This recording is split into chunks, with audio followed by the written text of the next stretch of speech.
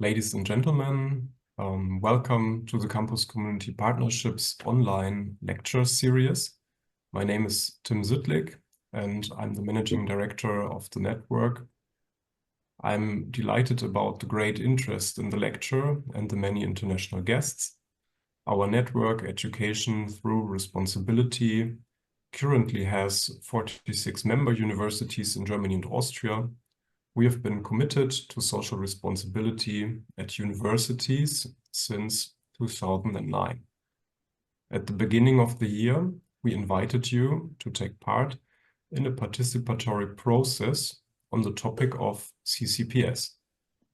At the end of February, 30 experts met at the University of Duisburg-Essen for a workshop.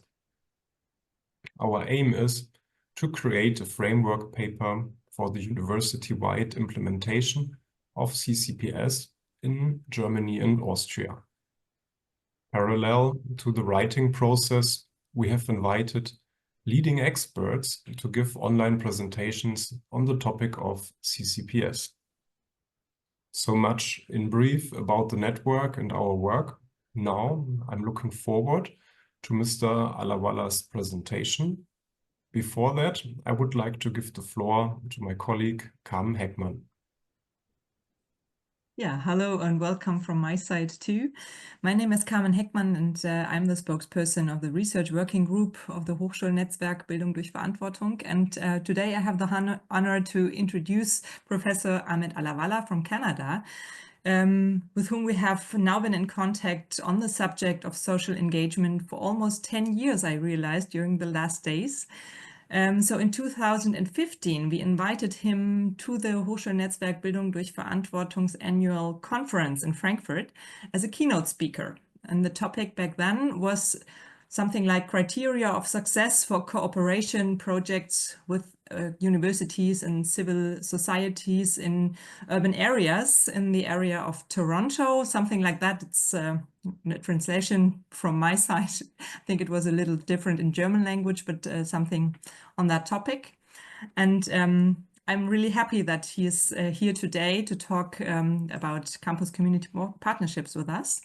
Ahmed Allahwala is a professor in the Department of Human Geography at the University of Toronto Scarborough, and his work focuses on urban social policy, neighborhood well-being, and community development within the context of contemporary state and economic restructuring in North America and Western Europe.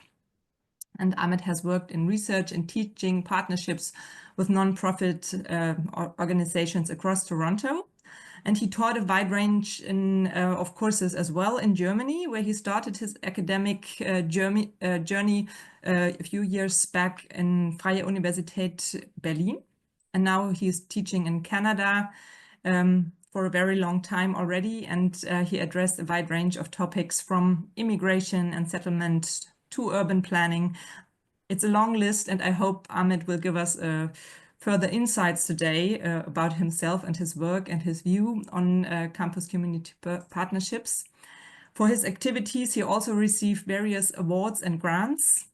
And yeah, I'm really looking forward to hear his speech today, because we are all interested in the campus community partnerships, and I think we can learn a lot from his view, what is happening in Canada or was happening during the last years, and that we have the opportunity to have a discussion after his presentation. And now I would like to give the word to him. Thank you, Ahmed, for being here today. We're all looking forward to hear what you have to tell us. Thank you. Thank you so much, Carmen, for this kind introduction. Good morning, everyone. It's a pleasure to be with you, even if it's only remotely. I want to also thank you, the Network for Education for Social Responsibility, and in particular, Carmen, for inviting me to give this talk to you today. I also want to acknowledge my colleagues at the Center for Community Partnerships here at the University of Toronto for creating spaces for critical reflection and nurturing a community of practice of community-engaged scholars at the University of Toronto. I'm calling in from Toronto, Ontario, Canada, and I would like to begin with an acknowledgement of the land. I wish to acknowledge this land on which my home university, the University of Toronto, operates. For thousands of years, it has been the traditional land of the Huron-Wendat, the Seneca, and the Mississaugas of the Credit. Today, this meeting place is still the home to many Indigenous people from across Turtle Island, and I, as an uninvited guest, am grateful to have the opportunity to work on this land. For me, doing a land acknowledgement is important, particularly when being afforded the space, the attention, and the professional recognition to talk about community-university partnerships and community-engaged teaching and research. The land acknowledgement reminds me that my work as a community-engaged scholar needs to be grounded in relationships of respect and reciprocity, that as a non-Indigenous university-based educator and researcher, my community engagement work needs to start from a place not only of cultural, but also epistemological humility. These land acknowledgements can also serve as reminders that the historical legacies of Canadian universities working in marginalized and Indigenous communities are often legacies of harm and extractive knowledge production.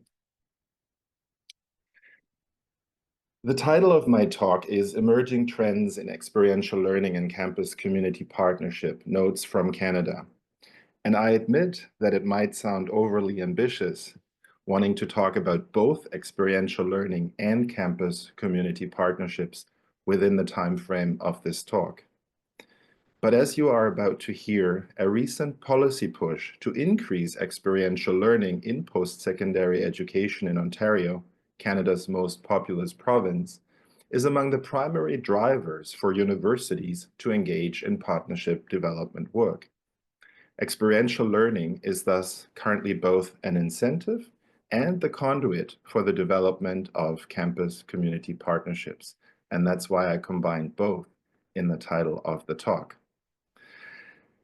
The structure of what I have planned today is pretty straightforward, as you can see on the slide here.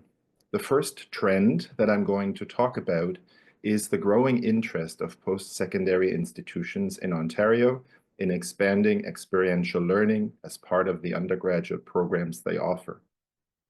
Here, I want to pay particular attention to changes in higher education policy, primarily the recent introduction of performance-based funding, something referred to as leistungsorientierte Mittelvergabe in the German context, and experiential learning as one of the relevant performance metrics in this new emerging funding regime. The second trend I wish to highlight, and this ties back to the remarks I've just made about the importance of acknowledging the land within community-engaged practice in settler colonial contexts, is the growing awareness and institutional recognition that community-engaged teaching and research, and by extension, campus community partnership development work, ought to be done not just in reciprocal, but in explicitly anti-oppressive, anti-racist, and decolonial ways. In the third and final part of my talk today, I want to highlight what I consider often unspoken tensions and contradictions that currently shape the discourse and practice of experiential learning in Ontario and perhaps Canada more generally. These tensions manifest at both the pedagogical and the broader political economic level. I want to argue that we cannot resolve these tensions or contradictions in the short term, but I would urge community-engaged practitioners to create spaces like the ones today where we can talk about these tensions and contradictions, where they can be brought to the fore, critically discussed and reflected upon, rather than glossed over. In 2019, under the banner of Promoting Excellence, the Ontario Ministry of Colleges and University announced the introduction of performance-based funding for publicly funded post-secondary institutions in the province. Ontario is not the only province to do this. Alberta, for instance, has a similar model in place. The rolling out in Ontario of performance-based funding was delayed as a result of the COVID-19 pandemic, but in November 2020, the ministry declared that it would go ahead with introducing performance-based funding. The government claimed at that time, and I quote, "The move to performance-based funding will help students get the education, skills, and experience they need to find good jobs by ensuring post-secondary institutions offer programs that align with labor market demands, end quote. The Conservative government declared that it wants to make Ontario the, quote, national leader in performance-based funding in Canada. For now, performance-based funding has been activated at a system-wide proportion of 10% of public funding in 2023-24 and raised to 25% of public funding for post-secondary education in the current budget year. What is important to note in this context is that individual post-secondary institutions negotiate the relative importance of different performance metrics in their specific funding formula directly with the ministry in the form of bilateral contracts. In Ontario, these are referred to as strategic mandate agreements. In Alberta, for instance, they are known as investment management agreements. Now, let me show you what the performance metrics in Ontario are. There's a total of 10 metrics. The first 6 of them related to skills and jobs outcomes, and the latter 4 related to economic and community impact. As you can quickly gauge from this slide here, all of these indicators are tied in one way or another to labor markets, job readiness, and overall economic impact of the work of post-secondary institutions.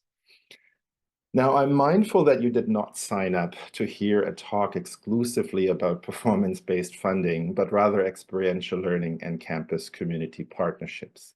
And this brings me to the core of my talk today. As you can see, experiential learning is one of the 10 performance metrics developed by the provincial ministry.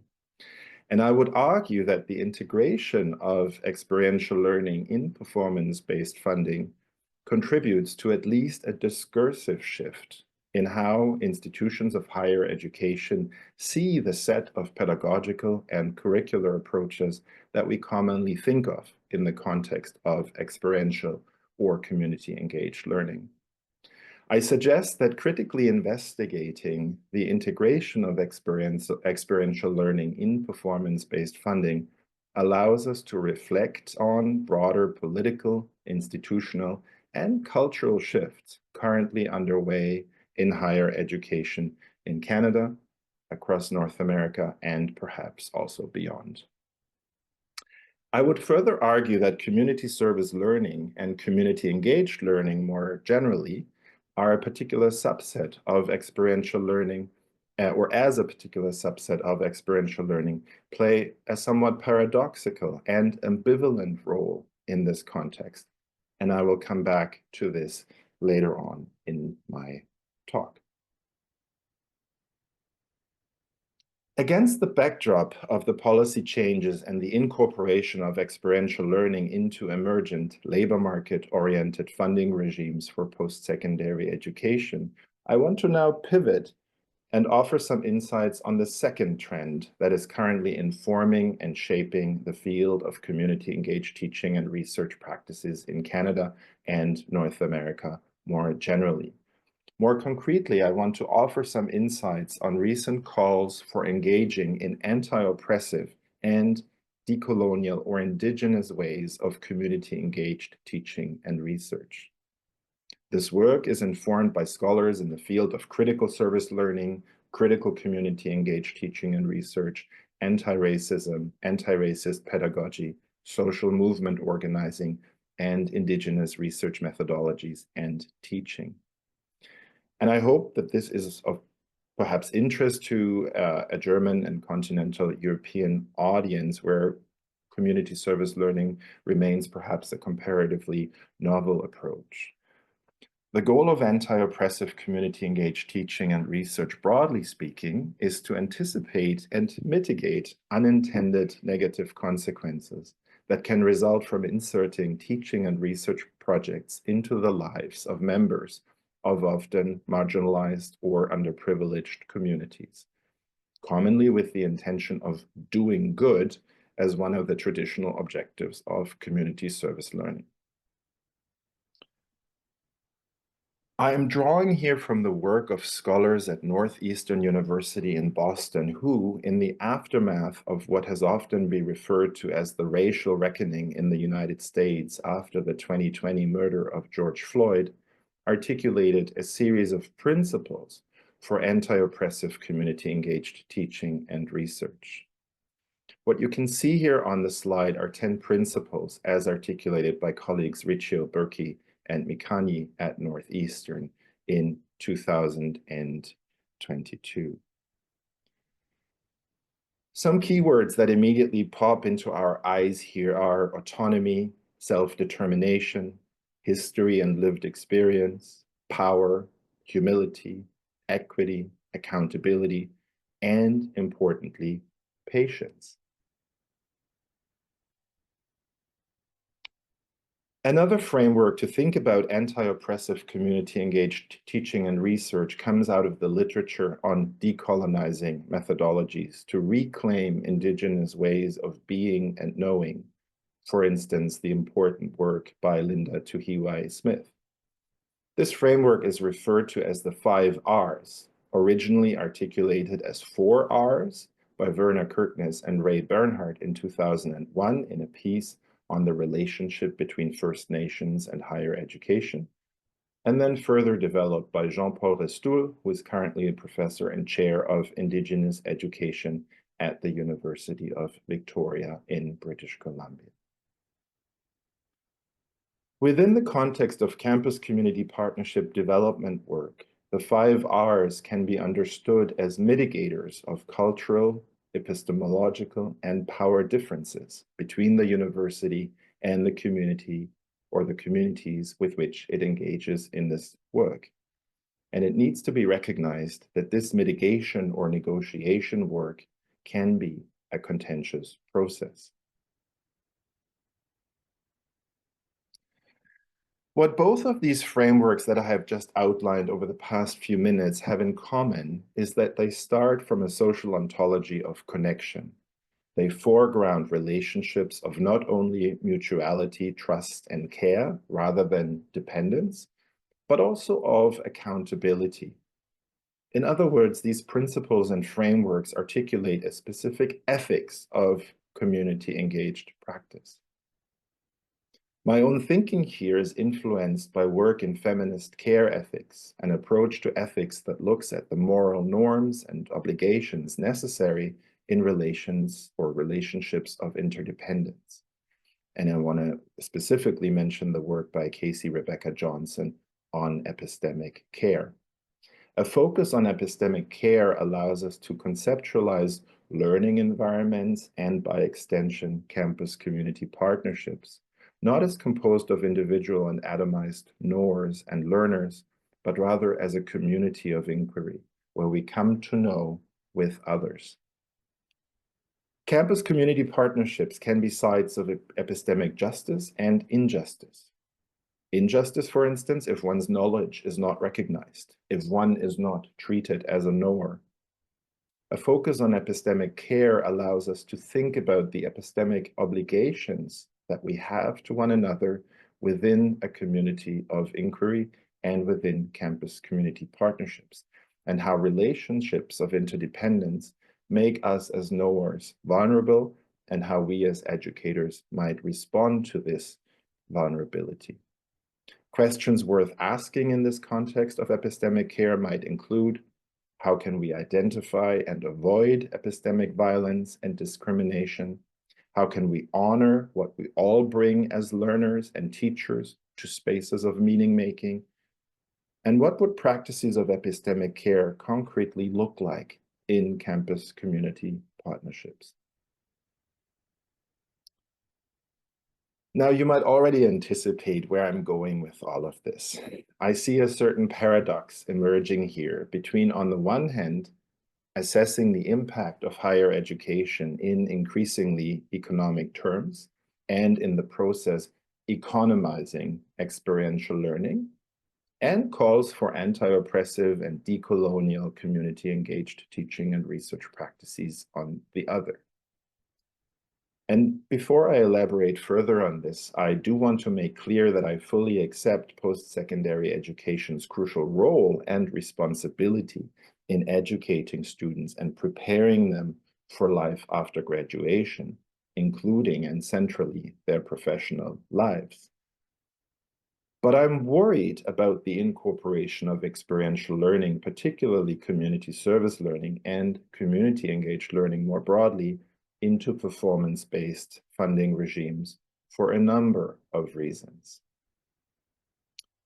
On a pedagogical level, specifically with respect to community service learning or community-engaged learning as we refer to it here now, the political and anti-foundational qualities of these approaches often gets flattened or erased. Community service learning, I would argue, is ideally empowering marginalized groups in society with historically disempowered voices and focusing on how community engagement creates, sustains, and/or disrupts norms, stereotypes, and simplistic understandings of the world. Now, importantly, although I personally would subscribe most to critical approaches to community-engaged teaching and research grounded in my own scholarly biography and training in critical participatory action research, and I want to give a shout out here to my mentors at the Public Science Project at the CUNY Graduate Center in New York, I wouldn't want to impose a particular vision or a particular pedagogical theory on service learning. We might come to community service learning from different angles and traditions, as articulated by communication scholar Laurie Britt, ranging from approaches grounded in the American philosophical tradition of pragmatism and the work of John Dewey, with its emphasis on learning by doing and the development of competencies and self-efficacy. Or we might approach service learning more from an Aristotelian angle, emphasizing the civic virtues and citizenship building potential of this pedagogy, with a learning focus on what it means to be in relation and in civic community with one another. Or finally, we might come to community service learning from a more radical or critical understanding in the tradition of, among others, education theorist Paulo Freire, where the pedagogical focus is on critical consciousness building, understanding complex social and political issues, and with an explicit social action orientation to transform unjust systems of oppression.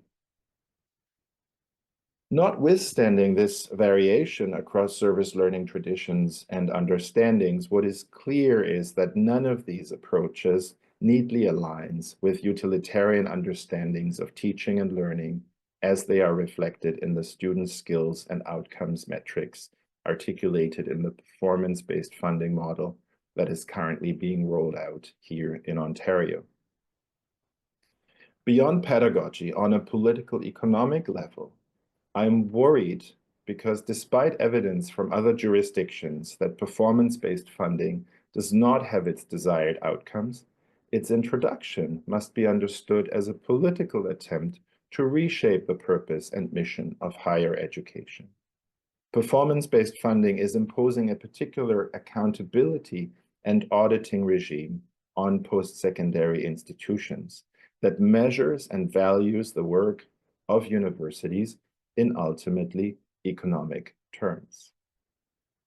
And I think we ought to be critical of what we might call the vocational turn in higher education policy and the role of experiential learning in it. I think universities ought to push back on the idea that it is them primarily that bear the responsibility of training students for employment, thus becoming service providers responding to narrowly defined demands of the labor market. And I'm happy to see that even senior university leadership has spoken out against performance-based funding in a variety of contexts and jurisdictions. The province of Manitoba, for instance, has pulled back from its initial plans to introduce performance-based funding in response to concerns and critiques from a variety of post-secondary stakeholders.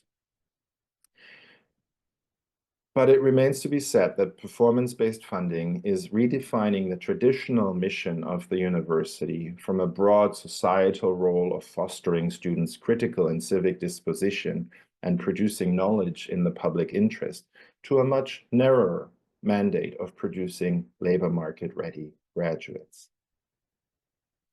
Here in Ontario, part of this broader vocational turn is the introduction of micro-credential programming, which is further evidence to the government's rather narrow understanding of the societal purpose of higher education.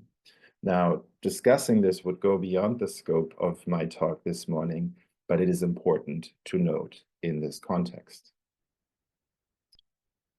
In addition to imposing a corporate and audit culture on post-secondary institutions, there's also evidence that performance-based funding can have negative impacts on equity and critical scholarship and academic freedom. And this, I think, is crucial in the context of what I've been talking about this morning.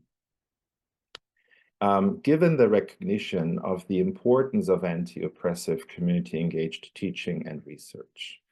And here I'm drawing from the work of Mark Spooner, who's a colleague, a professor of education at the University of Regina in Saskatchewan. Spooner argues that in performance-based funding that is tied to notions of employability, they run the risk of skewing funding to institutions and programs that enroll students with the best chances of getting hired upon graduation, thereby potentially reproducing existing inequities, not just in the labor market, but also with respect to access to post-secondary education. I'm also worried that the experiential learning metrics in Ontario's performance-based funding scheme will put undue burden on and exceed the absorptive capacity of the local nonprofit sector. The rolling out of performance-based funding is happening currently within a broader context of an ongoing funding and staffing crisis in the nonprofit sector here in Ontario, and in a context that has been marked by a disappearance of smaller and more grassroots organizations over the course of the COVID-19 pandemic and after. And this has all been demonstrated alarmingly in the most recent report of the Ontario Nonprofit Network. Furthermore, I think the rollout of experiential learning mandates within the performance-based funding metrics may have consequences for labor markets themselves, contributing to the precarity of student experience, the replacement of paid with unpaid labor, and the growing reliance on volunteer work in the local community nonprofit sector. The last worry that I want to mention here is I'm also worried by the growing emphasis on what might be called light touch approaches to experiential learning or community engaged learning, presumably in an effort to scale up experiential learning opportunities for students in response to government imposed mandates. The government is saying that by 2025, all Ontario undergraduate students have to have at least one experiential learning opportunity or experience as part of their undergraduate degree.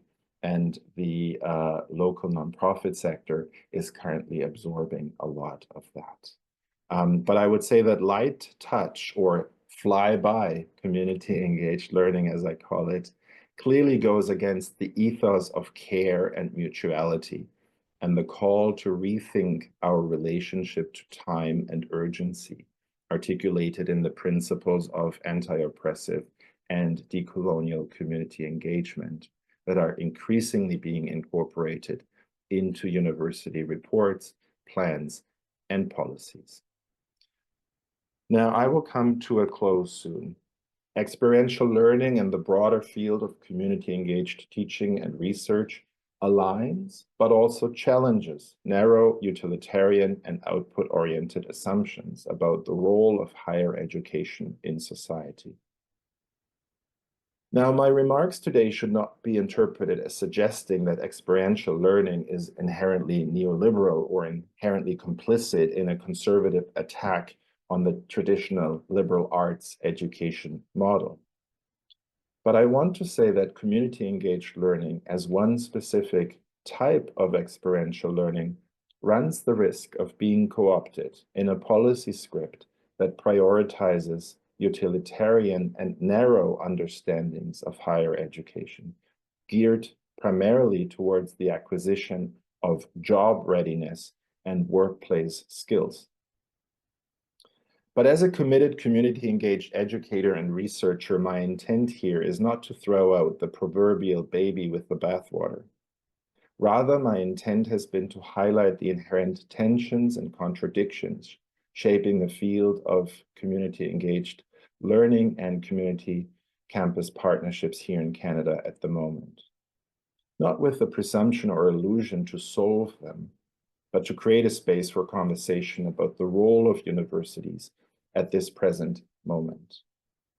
As I have hopefully articulated, I see experiential learning as a force field within higher education here in Canada and North America, a field marked by tensions between different claims and visions for the role of the university in society, tensions between liberal humanism and economic utilitarianism.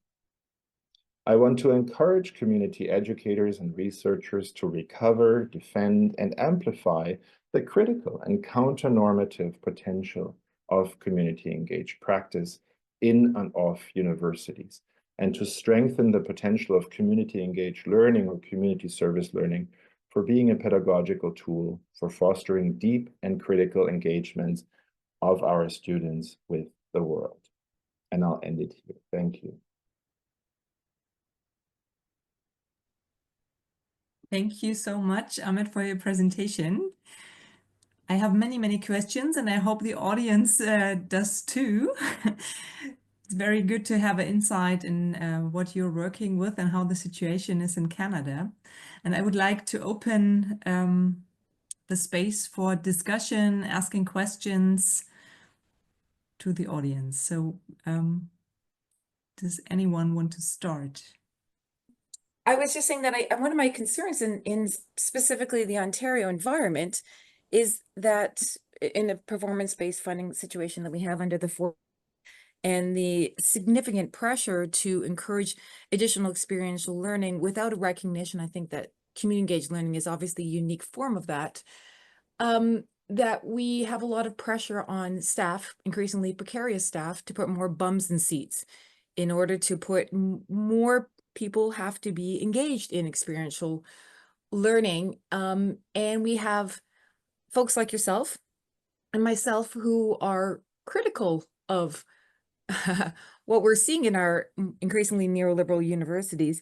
And those two groups are often not talking to each other. So in the case of Ontario, we have the Community Service Learning Network, which I'm a part of, but it's 95% staff. Or we have CWIL Canada, which is our national network, but that is focused on work integrated learning and is also primarily staff members who have different pressures than I might have the luxury of having, which is to be able to critique what the university is doing vis-a-vis experiential learning. So it's not that when I think of faculty and staff or instructors and non-academic staff members, that there's disagreement, but there are different types of pressures. So how do we get ourselves at the same table so that we can work together to help foster more ethical forms of community engaged learning? Because I strongly feel that a lot of my colleagues are quite concerned about all the things that Mark Spooner talks about.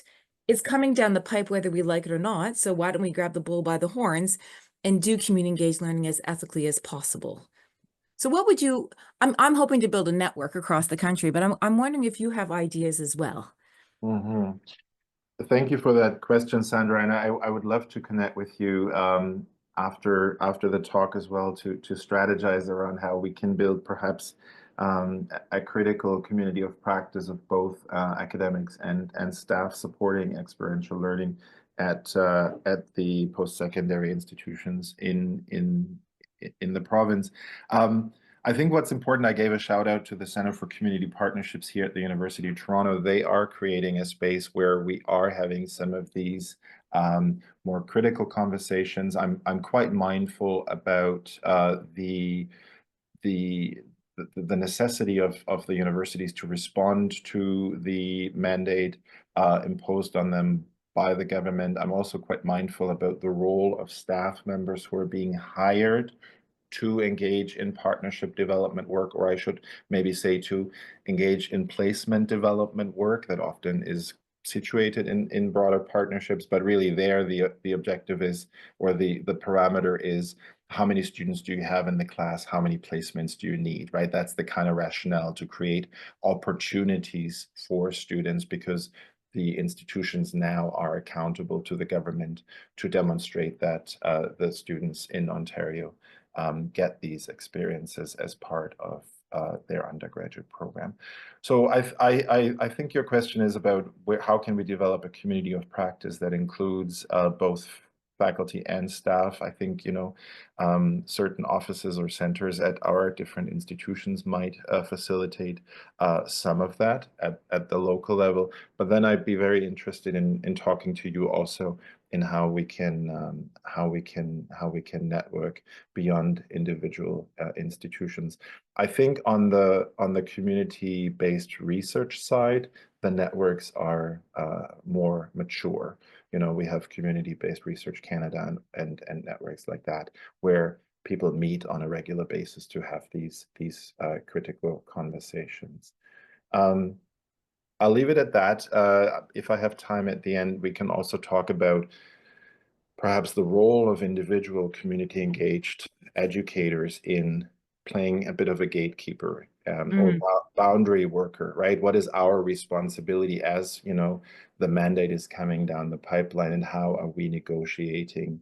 How are we negotiating and mitigating some of these pressures, and how can we be allies with our partners in the community so that they are not overwhelmed by the influx of students trying to meet the requirement. Thank you. Thank you. Yeah, thank you. We have another question by Vera Betz. Yes. Good evening from Tokyo. So you briefly touched the topic micro-credentials and said that it's like a very narrow understanding of higher education. So I was just wondering if you also saw any good examples regarding micro-credentials and anti-oppressive community engagement, and if not, what would be needed to be, to have a good example there? Well, I have to start my answer by saying that I'm not an expert in micro-credentials. But it is currently one of the other pillars that is being rolled out by the Conservative government here in Ontario to make post-secondary education more responsive to labor market needs, and to allow graduates to present themselves to employers with a variety of modularized skills and skill sets that they might have. I do know that things like equity, diversity, and inclusion are now also being micro-credentialized, in the sense that students can also acquire these micro-credentials or certificates, specifically in the field of what we might call equity, diversity, and inclusion work. So there might also be a bit of a contradictory development here. I don't want to dismiss students doing a micro-credential or working towards a certificate in equity, diversity, and inclusion, but I think the overall political economic context in which micro-credentials are being rolled out is a rather narrow and utilitarian one. But I don't know, to try to answer your question, I don't know of any examples of where micro-credentials have been used in anti-oppressive or decolonial ways. Yeah. Do you have a, from your own practice, do you have an example of where you could see where micro-credentials are being leveraged in kind of progressive and critical or counter-normative ways. I'm also very interested in that topic since it's kind of new, and I think also looking, at European micro-credentials, which are quite different, maybe, I don't know, from Canadian ones. So I'm just interested in the topic, and I also do not have like one example where I say, oh, they did a really, really good job in looking at that. So that's why I'm asking. But thank you for your answer. Thank you. Thank you. And we have further questions. I think Frauke Godard was the next one who raised their hand. Yes, I just wanted to comment on Vera's request right now. So I'm representing Kiel University, but I'm also here, I think, with some colleagues from the CEU Erasmus Plus Society Hub. And actually, we have used micro-credentials in one of the working groups to introduce specifically topics like sustainability education, the inner development goals, so a course that I just created online, which hopefully will have some open source material soon as well. So for us was more, so it was not like really introduced from a political side, but it's kind of like a bottom up from the university. So there's some players inside our university, for example, who see that as an opportunity to introduce social impact teaching into the curriculum, and on a very so where people don't have to put a lot of workload, like students have to put a lot of workload into it. So I'm happy to exchange further on that as well. Thank you. Love to hear more about it. Thank you. Thank you. And we have Markus Kreikebaum who raised his hand. Yeah, hi Ahmed. It was nice. Hi. Nice to hear your talk. Thanks a lot. Thank you. Nice to see you. Nice to see you. As you know, I can relate very much to the tensions you are now struggling with, but I think those tensions are also like profound tensions that play out in the field for a long time, being instrumentalized or, the utilized, economized. This is all happening very often. So I'm very familiar with that struggle, actually. And I think really, I really like this idea of respect, starting with respect. Disempowered people without a voice means to listen, to listen more closely, to look behind. And I work a lot with people from the global South. So, they have a different concept of time.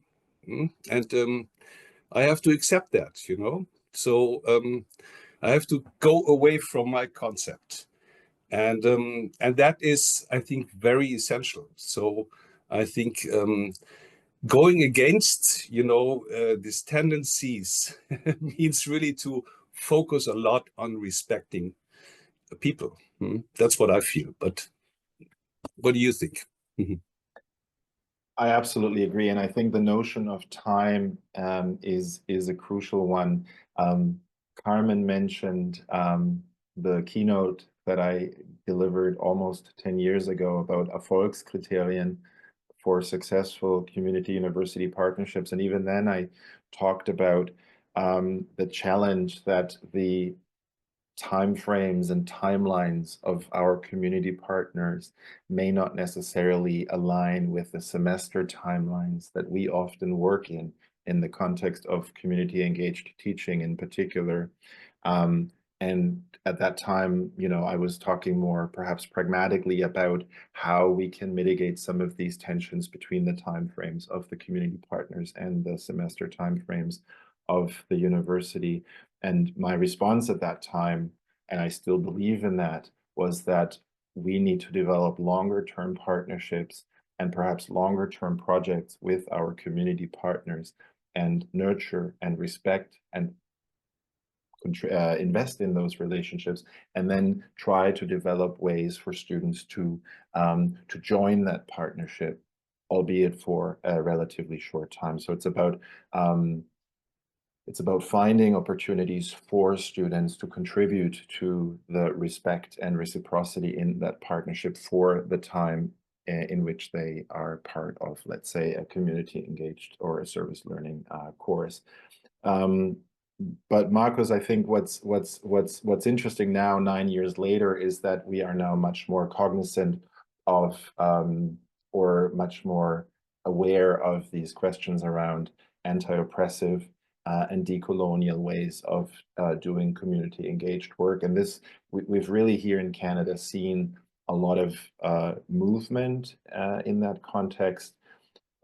Here in Canada, it's partly as a response to the Truth and Reconciliation Commission and its call to action that has, you could say, forced or urged universities to respond to these calls to action and rethink the way they have traditionally engaged communities. And then, as I said, Black Lives Matter as another big social movement has also urged or forced universities to somehow rethink the way it relates to specific communities and social movements. So yeah, I think the issue of time has been with us for quite some time, but we now have, I think, a better vocabulary and perhaps a bit more of a grounded understanding of the importance of time and patience in community partnership development work. Mm. Yeah, I really liked your acknowledgement of the land you did in the beginning, which was very important, I think. And, you know, it showed me also, you know, the move that you made, sort of, you know. And that is something we don't have. I mean, we are all settlers here, you know. I mean, you're at the heart of the settlers. But what's really interesting for me, you know, because I work a lot with migrants and refugees, I reflect a lot from my settler perspective in the way we treat refugees, for example. You know, we treat them in a very colonial way. You know, we number them, we give them something, food, and we don't let them play. Yeah, and that's like, you know, I reflect a lot on, painfully, you know, my heritage with regards to the people, you know, I'm working with here, you know, in the community, who comes from a different country, and we have a lot of racism. We have a lot of colonial ways, you know, still very much colonial. And that is something, and we are deeply traumatized still, you know. So that's what I can say from my point of view. Yes, yes. Can I ask, where are you based, Marcus, right now? Oh, I'm based in the Rheingau. It's a local community. I have like 20 partners. And, you know, the respect thing is really interesting. I work with all my organizations since 10 years. They are all, you know, and it's about respect, really. It's about, you know, being with my partners is kind of the role model for my students. When they start, I say, hey, I know these guys, you know me, so be respectful. Yes. You know, that's how I work. Thank you, Thank you. Marcus. And I think just building on Marcus's comments here, I think it's important to be mindful of the importance of respect, relationships, and reciprocity, and I guess the responsibility that comes with doing community engaged work, especially when working with historically underprivileged, marginalized communities. And I think we can learn a lot from Indigenous teachings and experiences in that regard. And I think this is perhaps something where, you know, from a Canadian and North American perspective, our current learning can also inform partnership development work, perhaps in Europe, where that issue around colonialism or settler colonialism is maybe not as present as it is here, and has been here for the last decade or so, where there has really been growing awareness and responses, meaningful responses to the challenge of what it means to do decolonial community engagement work. Thank you, Marcus. Thank you. And we have another person who wants to ask a question. It's Andre Habisch.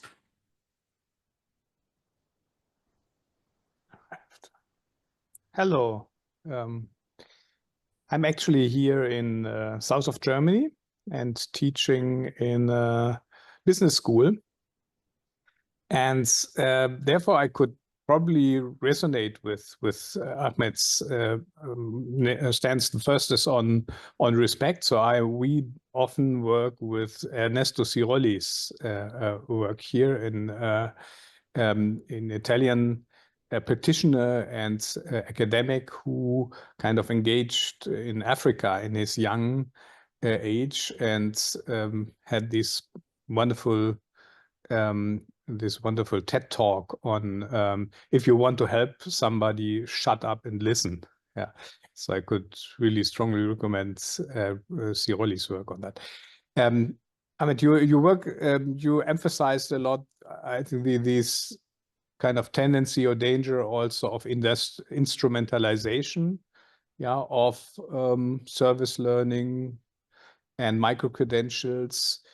However, I would also make the point a little bit in the opposite direction. Yes. So, for example, we here at the business school, we have introduced in 2018 already some courses in which our master students here in entrepreneurship and innovation, they work together with social impact startups from Africa. Female social impact startups with Africa in the Women Entrepreneurship Award, which has been started around that year, and in which we have now more than 2,000 applications also from not only from Africa, but also from many countries in Asia Pacific and Latin America. And so we bring these our entrepreneurship students together with these startups and invite them to look into the business model and support the startup very tangibly in increasing their impact. For example, in the area of healthcare in rural areas in many southern countries, and also productivity of smallholders, to allow them to better feed their families.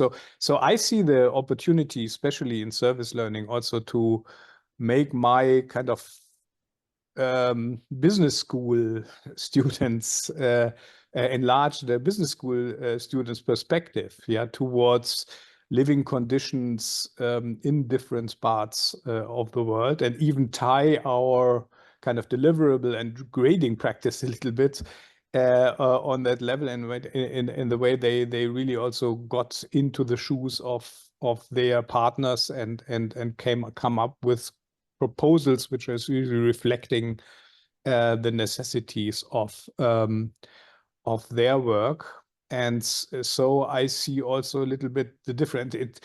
I think this kind of service learning, including also micro-credentials, which we see these students acquire, for example, in the area of teamwork, in the area of openness to diversity, to also empathy. This allows us also to enrich the business education in a substantial way, without always talking about ethics or morality or so, but in a way which also kind of integrates the particular strengths, of course, of our students and the missions, let's say, of our students to play an important role, for example, also for the promotion of SDGs and towards supporting initiatives which overcome challenges of our time. Yeah, I mean, you didn't ask a question, but I very much appreciate your intervention here, and I think, you know, I hope I'm not misunderstood by saying we should get rid of community engaged learning. I'm a strong supporter of community engaged learning, but I think, you know, it needs to emerge from within the intellectual and curricular vision of departments, and in consultation with the community partners that we work in, following some of the principles of respect, reciprocity, relationship building. And if I understood you correctly, this is exactly the kind of work that you're doing. You're working with these partners. You're creating opportunities for these startup entrepreneurs in the different parts of the world to partner with you, and you afford opportunities for your students at the master's level to clearly respond to a specific need that is articulated by your partners. I think what I did today in my talk, I specifically tried to wrestle with or grapple with what happens when an experiential learning mandate is externally imposed by a government that is ultimately of the assumption or perspective that universities here are not doing a good enough job in preparing students for employment. And how we as community engaged practitioners need to negotiate and perhaps push back against these utilitarian understandings of the purpose of higher education. Mm-hmm. But I fully agree with you. There's a beauty in community engaged work when it is grounded in reciprocal and respectful relationship work. Absolutely. Exactly. And if I may be allowed to add this, I think we could even argue that kind of opening up the the learning kind of catalog of our business students, yeah, by notions like purpose and openness to business and society obligations or so, is not something additional, something which takes their time away from learning more math or marketing or so, yeah, but it's something which makes them fitter really for today's challenges. For example, also in an aging society in which becomes very difficult to hire and retain also good employees, yeah, or even in which you have to hire also diverse workforce here in this country with a lot of demographic pressure. Yeah, so it's not something which is necessarily against preparing people for the job. It's not something which goes necessarily against ethical kind of purpose, but sometimes also ties into it. Yeah, if we really look realistically and what good leadership requires in today's business environment. Absolutely. Yes. Yeah, I don't disagree with that. Since we are working with a very Eastern way of looking on time, I think we have to close soon.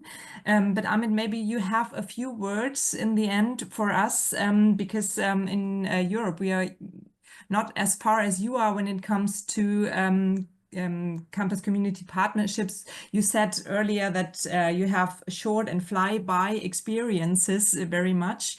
And I think since we want to implement one experience for each student during their study cycle is something we wish we had the backing of our governments to do something like that. So what would you suggest what we as European teachers in universities could do to implement good experiences for our students that are not fly-by experiences, but even though we have maybe just one semester? So what is it that we can do to implement good experiences for our students? Maybe you have a few words on that. Oh, okay. That's a big question. I think what's important to remind ourselves of is that community engaged learning or community service learning is just one of many types of experiential learning that the government sees as relevant. there's apprenticeships, there's internships, there's co-op education.